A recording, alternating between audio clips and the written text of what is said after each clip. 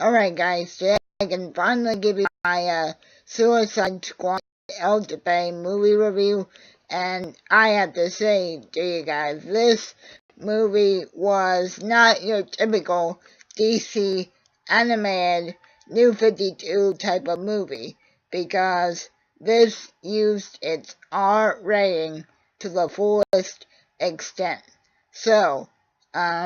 just to give you guys a synopsis of the basic plot, or rather, this isn't really necessarily telling you about the plot as it is saying what is actually the whole point of the movie. Now, as I stated in maybe kind of like a mini review of the movie,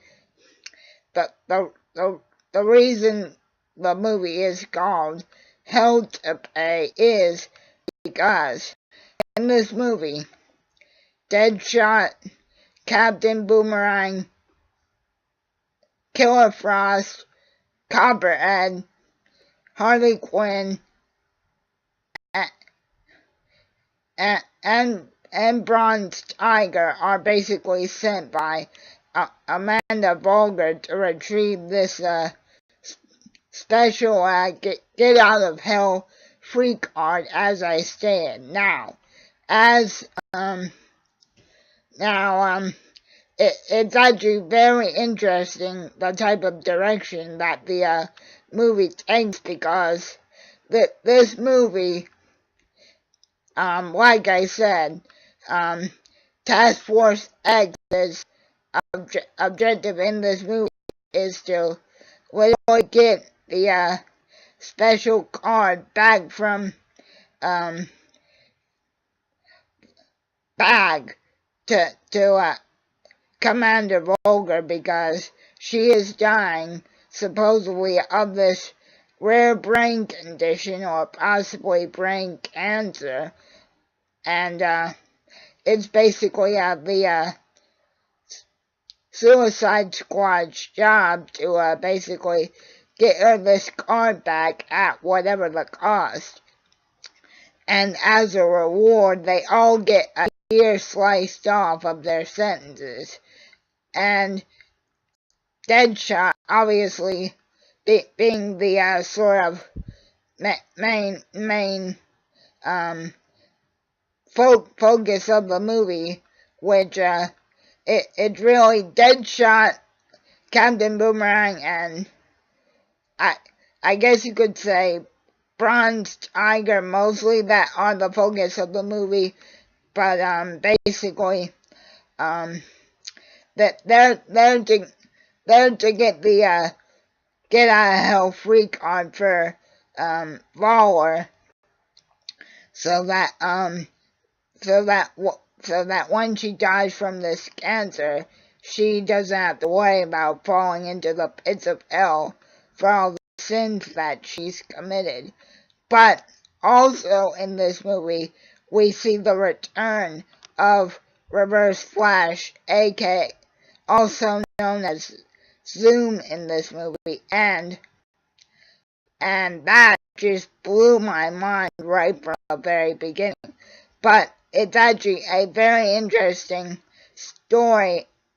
as to why Reverse Flash is even in this movie, and still in the New 52 timeline at all. But more on that in a second. Now the second enemy team that the Suicide Squad is basically up against is basically Vandal Savage. Now, for those of us that have seen other movies that Savage has been a part of,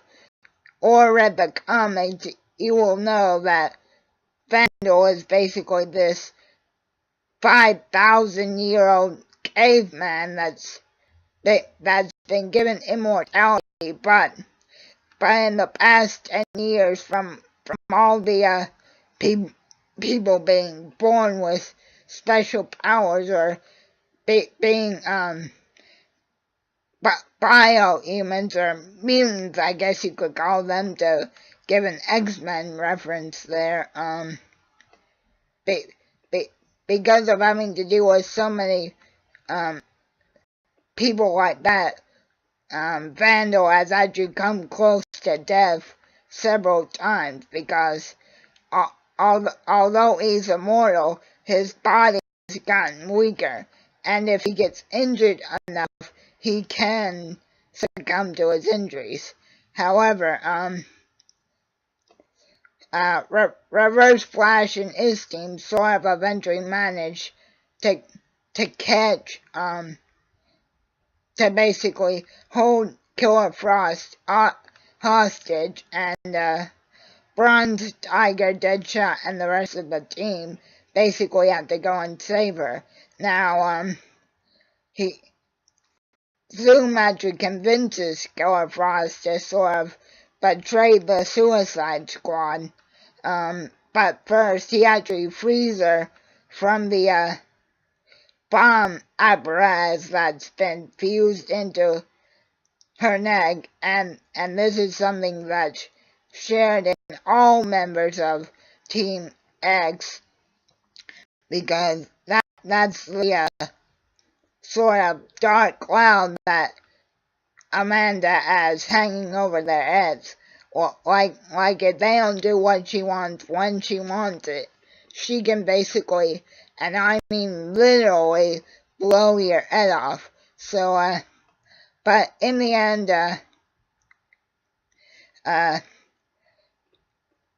Killer Frost and Copperhead actually end up dying because Copperhead tries to stop Killer Frost from getting all the card and handing it off to Reverse Flash, but in the process, Killer Frost still dies because she was right in the middle of, she was right on top of Copperhead when he exploded. Now, as for why Reverse Flash is even in this movie, now, if you'll remember, at the end of Flashpoint Paradox, which was the beginning of this new 52 line of movies, Batman in Reverse Flash's timeline actually killed Zoom, or at the very least, he did almost. But what Zoom was able to do is use the last of his energy to conjure up enough speed force to sort of prolong his life, to basically sustain him, even though his brain had been removed by Batman. And at the end of the movie, it's a Deadshot that actually finally finishes the job that Barry and Batman started at the end of Flashpoint. And at the end of the movie, Deadshot is finally reunited with his estranged daughter Zoe, which Deadshot actually goes off on a side quest for a little bit to try and find her, because he finds out that she may be getting in some sort of trouble just like he did. So overall, guys, I give this movie a solid 9 out of 10. My only real complaint is, even though Tara Strong voiced Harley Quinn in this movie, Harley really was pretty much just a side note. I guess you could say the same for Copperhead and Killer Frost as well. But overall, guys, I think Suicide Squad El Jefe was a great movie.